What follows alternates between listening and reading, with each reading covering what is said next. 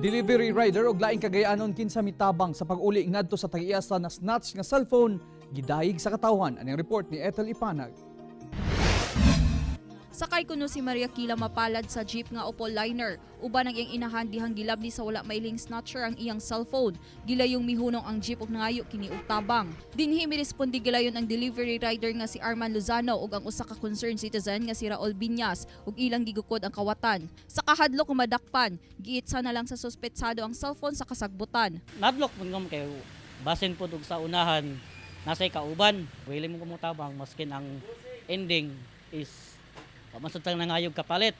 Dako ang pasalamat sa mag-inahan sa bitabang tungod nagdahom silang dili na mauli ang cellphone kanila. God bless you, then salamat kay tanan kay sa imong gipakita nga kaayo naluwas ang gipangita gyud nga kamaturan sa akong anak nga iya gyud ang cellphone mauli. Miskan og wala ka kaila sa ako pero naa kay willingness and sincerity nga mutabang sa imong isig ka tao.